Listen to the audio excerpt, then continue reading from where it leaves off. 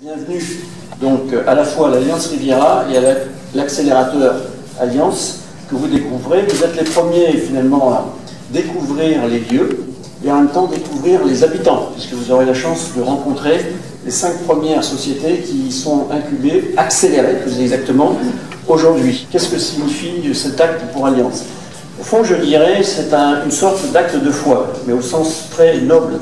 Acte de foi parce que nous voulons croire au développement de ces entreprises, nous voulons les accompagner, et en même temps c'est un acte de foi dans ce que les nouvelles technologies, la digitalisation du monde peut apporter. C'est faire un pari sur l'avenir, sur la façon dont on va nous exercer notre métier dans un environnement qui est celui aujourd'hui d'une génération qu'on appelle X et Y et qui vit justement dans cet univers dit des startups et des nouvelles technologies. Notre préoccupation, c'est de bien comprendre les tendances, les mouvements de société, les besoins des consommateurs tels qu'ils sont aujourd'hui.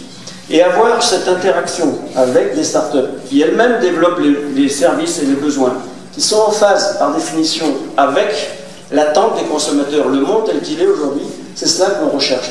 C'est ne pas passer à côté de nous. Nous sommes à l'Alliance Riviera, nous sommes à Nice, nous sommes à la métropole Nice-Côte d'Azur. Et c'est un choix délibéré, c'est un choix puisque, évidemment, vous le savez, Nice fait partie des villes ayant été classées 4e ville la plus connectée. C'est une ville qui s'inscrit dans ce que j'appelle cet écosystème de l'innovation et notamment du numérique et du digital.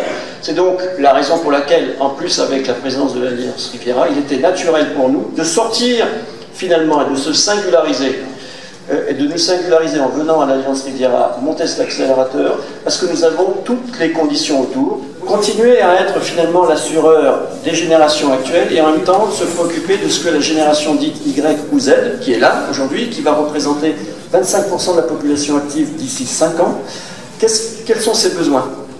Et est-ce qu'on est capable de répondre à ces besoins, ou est-ce que quelqu'un d'autre le comprend mieux que nous et du coup nous sort du jeu dans les quelques années qui viennent?